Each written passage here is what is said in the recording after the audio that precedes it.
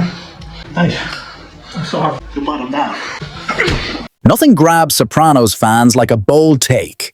This draws people in with the promise of seeing just how badly Jackie Jr. botched it. Welcome to Sopranos Breakdown. I'm Matthew, and joining me today is Matthew. Together, we'll break down the world of Tony, Carmela, and the rest of the crew, uncovering hidden details and diving into the deeper meanings of every episode. Let's get started. The strip club confrontation between Tony and Jackie Jr. is one of the most vicious moments in The Sopranos. Tony grabbing the son of his deceased best friend, dragging him into a grimy restroom and beating him within inches of his life was more than a simple outburst. It was a message. Tony could have ended it right there, drowning the kid in 3 inches of urinal water. But he didn't. That restraint? Temporary. You brought him down. Jackie Jr. had reached rock bottom. He was spiraling into everything Tony didn't want for AJ: entitled, arrogant, weak. He wasn't just screwing up. He was flaunting it in Tony's face. But Jackie Jr.'s mistake wasn't just bad judgment. It was walking blindly into a world he didn't understand. I wanted to have a little sit down with you about a friend of mine who was doing some business at your club. The kid shows up at the Bada Bing, a strip club run by Silvio, but very much under Tony's control, acting like it's his personal playground. It wasn't just a betrayal, it was stupidity on display. You didn't fuck her yet. She's Tony Soprano's daughter. Meadow, meanwhile, had withheld sex from Jackie Jr. out of respect for her father's expectations. But she had already been involved with Jamal Ginsberg, a smart, confident student who didn't carry Jackie's insecurities. When Meadow moved on from Jamal to her thicker, more eccentric roommate Caitlin, Jackie was left flailing. Jamal, unlike Jackie, knew exactly how to play the social game. He was sharp, maybe too sharp. He smiled at Tony. He dated his daughter. And then he vanished, quietly moving on to Caitlin, who went from unstable to serene overnight. The implication was obvious, if unspoken. Caitlin showed up at Jamal's dorm looking for Meadow. She was invited in. The next time she's seen, she's cheerful and composed, announcing a trip to Vermont and a newfound sense of peace. Meanwhile, Meadow is left alone, quietly stunned by the shift. Later, Jamal complains about Caitlin as a distraction, blaming her for a poor essay grade. Whether that's true or a calculated misdirect, it provides the perfect excuse to cover for what happened in Meadow's absence. Jackie Jr., by contrast, was a mess, while Jamal maneuvered through complex dynamics. Probably keeping a booth warm at the OF, him and Dino's are really. Jackie kept showing up at strip clubs, claiming he was dragged there for yet another bachelor party, an excuse worn thin. Tony, raised in the old world, expect respect and discretion. Jackie delivered neither. You brought him down. When Tony confronted him, the violence wasn't just rage, it was surgical. A strike meant to humiliate and neutralize. Knee to the groin, no chance of retaliation, no risk of reproduction. This wasn't just a father avenging his daughter, it was a mob boss enforcing the boundaries of his empire. Jackie wasn't just a dumb kid anymore. He was a liability. And in Tony's world, liabilities get dealt with. Even worse, Jackie lacked awareness. He wasn't just disrespecting Meadow, he was disrespecting Tony. Showing up to a place run by the man whose daughter he was sleeping with was reckless beyond belief. And that ignorance was ultimately his undoing. My wife had her doubts about Jackie Jr. All along, I kept defending her on a two-faced prick. Tony's hypocrisy is clear. He expects fidelity from others while cheating himself. But Tony operates by an old-school code. Jackie wanted to act like a man, without carrying any of the responsibility. In Tony's eyes, if Jackie truly wanted to be with Meadow, he should have made her his wife. Then, and only then, would it have been any of Tony's business. Until then, Jackie was just another punk trying to climb without earning it. And when you bottom out in that world, there are no second chances. I see you like the dark.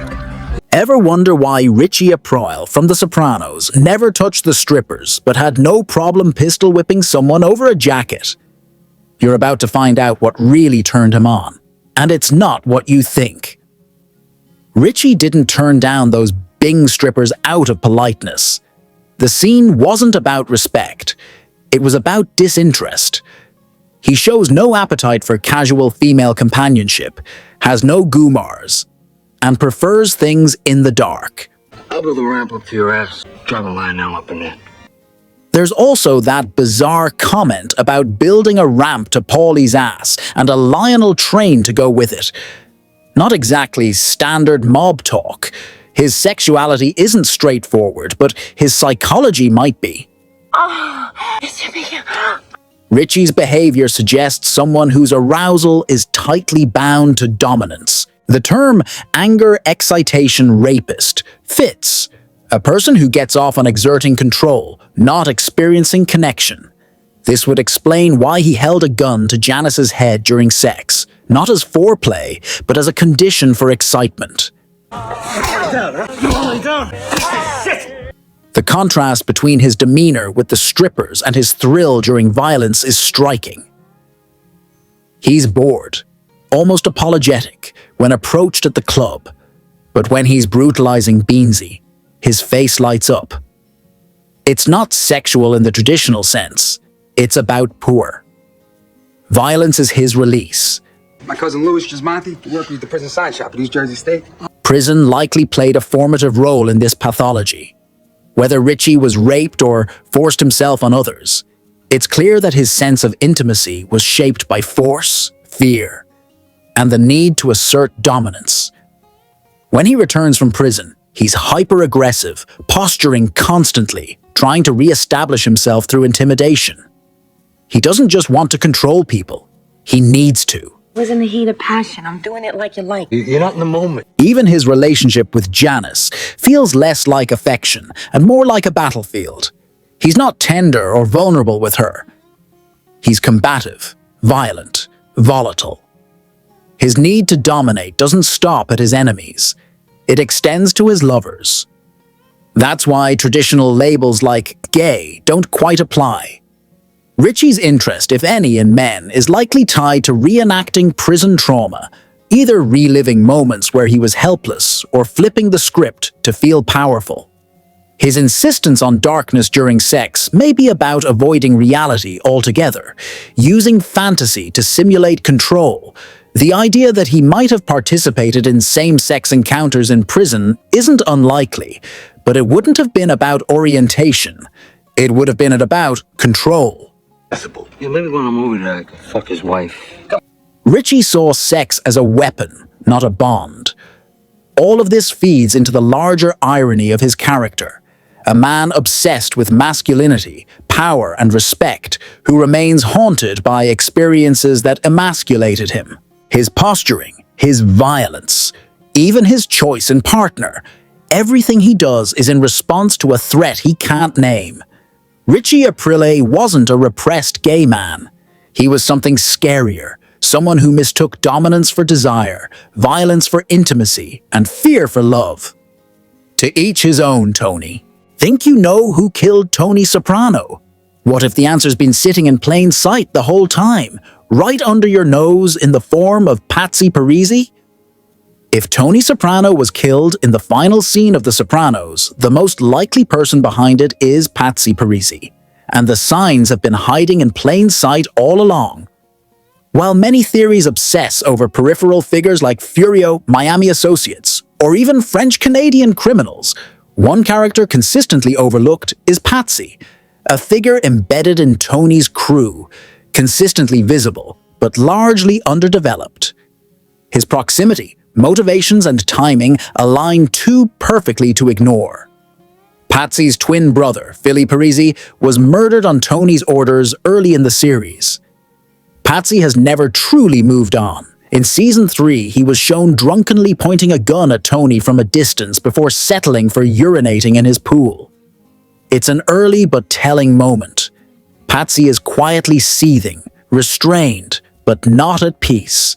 Unlike more fleshed-out characters such as Christopher or Vito, Patsy and Carlo operate largely in the background. But in Made in America, the final episode, both are conspicuously brought back into the spotlight. Carlo's reappearance serves to reveal he's turned state's witness, but Patsy's role is more ambiguous.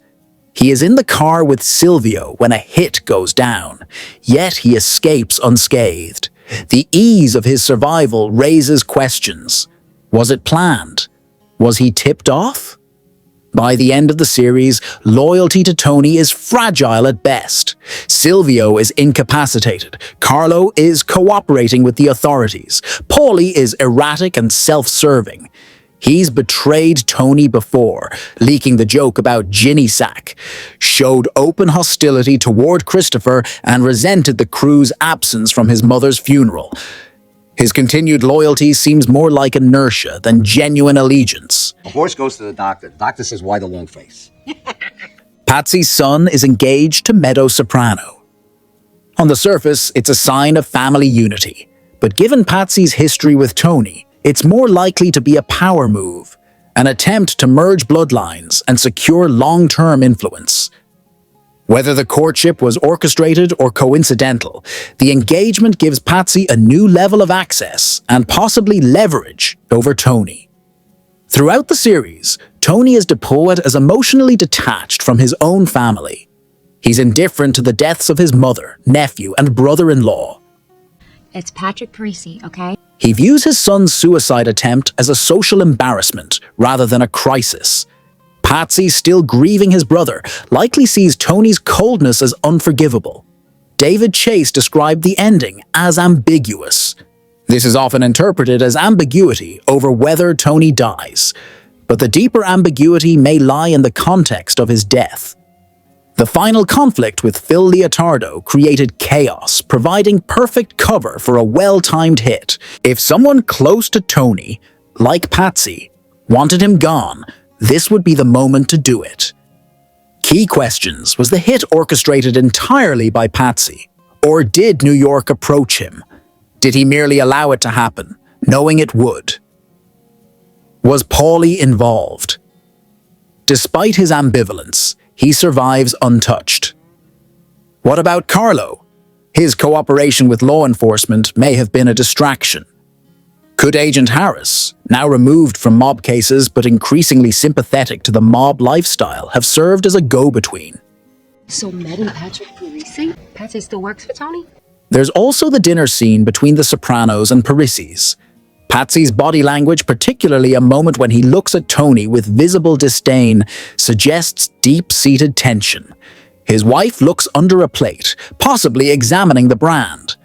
The moment is subtle, but loaded. The Parisis appear to be evaluating the life they're stepping into, or taking over. Who benefits? Patsy gains revenge. Paulie ascends without lifting a finger. Butchie from New York rids himself of both Phil and Tony and restores stability. Everyone wins, except Tony. The series ends not with spectacle but with students. A man enters a diner. A bell rings. Tony looks up. The screen cuts to black. The details are ambiguous. The motive isn't. Anyway, we flew first class. What service? Forget about it. Silvio Dante is not a one-dimensional caricature, and if you think that, you've seriously misunderstood The Sopranos. So, you hated Silvio at first? Steven Van Zandt, best known as Bruce Springsteen's guitarist, was your least favorite in a lineup full of strong performances? Classic. But now, after a second viewing of Season 2, suddenly he's hilarious? Anyway, we flew first class. What service? Forget about it. That endless mean mug of his, which seemed cheesy at first, turned into comedic gold? Look, Silvio's the guy who always says, "Whoa," or whatever that expression is, whenever someone's losing their mind. He's a walking, talking meme with a comb-over, but beneath the surface, he does develop. At first, he's the stereotypical greasy mobster, stone-faced and almost emotionless. But stick with him. Silvio says we can't take him. Turns out, Silvio's not just some one-note wise guy. He's probably the smartest and wisest guy in Tony's crew. He has better people skills and a smaller ego than the rest. Go with Silvio. Trust me. Loyal, off the charts.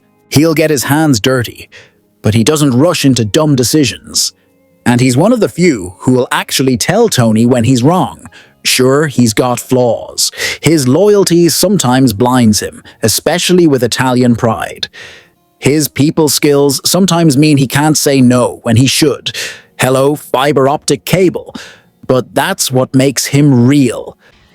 Hey, your dad, Buonanimo. Tony, Silvio, Dante. And no, the fiber optic cable stunt wasn't a mistake. Silvio was sending a message about Chris's promotion, and everyone in the crew agreed. He even confronted Tony about it directly. Character development doesn't always mean a complete personality overhaul. Sometimes it means revealing new facets of a character. Silvio doesn't change much. He just becomes bigger and more essential. He's the voice of reason, the steady presence in the chaos. That's his role. Fun fact, Van Zandt was initially considered for Tony's role, but HBO wanted a more experienced actor. So David Chase created Silvio's character just to get him in the show. Thank goodness. Imagine Tony with that poker face full-time. And keep in mind, Van Zandt had no prior acting experience, yet he nailed it. Also, the spin-off film with questionable plot decisions? That's a separate story. Back to Silvio. He's the only character who never irritated viewers. His walk, shoulders hunched, swinging his left arm, is classic gangster style, whether or not you buy it. And when you say hilarious, it's not clownish humor. It's the fragrance that comes your way, and they call it. It's deadpan brilliance. He can steal a scene without saying much. Silvio's subtlety is his genius. He's the calm in the storm, the quiet badass with the killer scowl. His acting may have been wooden at first, but by season 2, he's solid and confident. The performance fits the character perfectly. Not flashy, not overdone, just steady, reliable Silvio. So maybe you were right to dislike him initially. But if after rewatches, you're starting to appreciate him, that's understandable.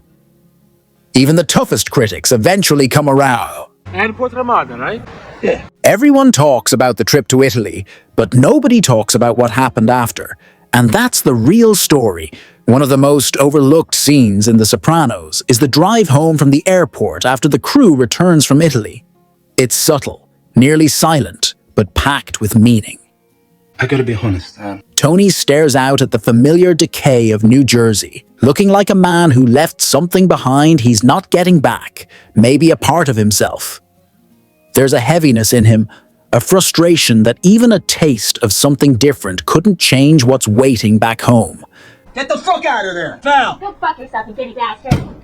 Christopher is completely detached, lost in a drug-induced fog, physically present but mentally on another planet. The trip did nothing to bring him clarity. If anything, it only pushed him further adrift. Then there's Paulie, sitting in the same car, looking at the same lifeless Jersey landscape as Tony, but grinning like he's gazing at paradise. He's not disillusioned. He's home. It's a perfect contrast. Going to Italy, huh? Paulie once said he hadn't been 5 minutes outside Newark as a kid. And in that car, staring at the rusting signs and industrial wastelands, he looks perfectly content, like everything is just as it should be. And that's the point. For many, the familiar isn't just comfortable, it's sacred.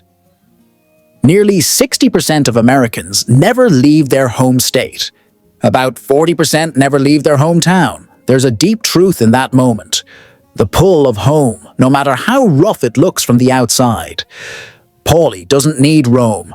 He's got Jersey, his macaroni and gravy, and his own idea of paradise. The trip abroad only confirmed it. He never left. Not really. Meanwhile, Tony, despite all his power, influence, and dreams of something better, is still stuck in the same place. Just more aware of it now, Christopher, for his part, has just discovered the hard way how they fit. 8 great tomatoes in that itty-bitty can. He looks zoned out, dazed, not inspired, just overwhelmed. The whole scene says more through silence and expression than a dozen monologues could. It's a quiet, allegorical moment. The land of their forefathers didn't embrace them because they were never truly part of it. They're American through and through, whether they admit it or not. And yet, for Paulie, none of that matters. He never wanted to belong anywhere else. You never see a blue comet in that condition. Bobby had the best death in The Sopranos, and no, it's not even close. This challenges fan assumptions and sparks debate, pulling viewers in to hear the argument. On rewatch, Bobby might have had the most fitting death in the series. From his perspective, the hit on Phil had gone according to plan. With that behind him, he rewarded himself with a trip to his favorite model train store, indulging in a hobby he loved, even if no one else in his life really understood it. You never see a blue comet in that condition. He died in his sanctuary, surrounded by tiny engines and plastic landscapes. There's a strange dignity in that. If you have to go, that's not a bad way. He heard it coming, though. There was that terrible moment of realization.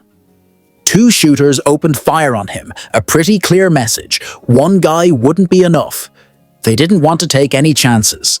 He was a large target in more ways than one. It wasn't quite sunny at the toll booth, but it was still brutal and over the top. That said, jokes about his size only go so far. It's a tired routine, cruel more than clever, the fact remains. It took multiple shots, but they finished the job. He collapsed under the weight of it all. A tragic, almost surreal sight among the trains and display cases. 2-man teams, a pattern. It's notable how often pairs are used for hits throughout the series. Shooters, and his piece was under the seat. Silvio was ambushed by 2 shooters. Mikey hired 2 Jamaicans to go after Tony. Christopher sent 2 Nigerians after Carmine Sr. Tony and Paulie teamed up to kill Mikey. Even Chucky was taken out by Tony, but not before Tony had backup nearby. That's what makes Vito's solo job on Jackie Jr. stand out. Quick, quiet, efficient. Just like Walden taking out Phil. No theatrics, just clean execution. Reality bends. The fish scenes, the series has its stranger moments. I mean, we'll call it a fishing game too. It's just... Tony pulling a gun out of a fish to shoot someone on a dock stretches credibility. Yes, it's absurd, but not entirely out of place in a show that also features dream sequences with talking fish speaking in Pussy's voice. Logic bends, but it always serves a purpose, even when it veers into surrealism. Still, in contrast to the usual calculated hits, that particular scene felt almost cartoonish. Visually bold, but lacking the cold precision that normally defines the show's violence. Which death was best? There's always debate about which character had the most impactful death. Phil's is high on the list, quick, brutal, and shocking. The moment is punctuated by a bystander's panicked shout and a grisly final touch as his head is crushed beneath his own SUV. It was dramatic, sudden, and left a strong impression. Bobby's death, by comparison, was slower and more emotional. He had a moment to realize what was happening. That changes the tone entirely. There's a weight to it, literal and figurative, that makes it hit differently. Tony's final moment remains the most ambiguous. Whether he died in Halston's or not, the way it's portrayed, cut to black, mid-scene, implies that if death came, it came quietly, without warning. He was sitting with his family, eating onion rings, watching his daughter walk in. Then, nothing. That silence may say more than any gunshot ever could. Final reflection. Bobby's end was haunting, yet strangely peaceful in its setting. Surrounded by the joy of his childhood hobby, Your Uncle Bobby's dead. What? He's dead. He got shot. he died alone, but not entirely dishonored. It was messy and violent, but also deeply human. In a world where death often comes in parking lots, restrooms, or the street, Bobby went out in a place he loved. And those little figurines on the shelf, they looked stunned. Better that than dying at home with Janice. If you don't comment on this video, how the hell am I supposed to pitch it to Martin Scorsese, huh? Help a guy out before I go back to rehab.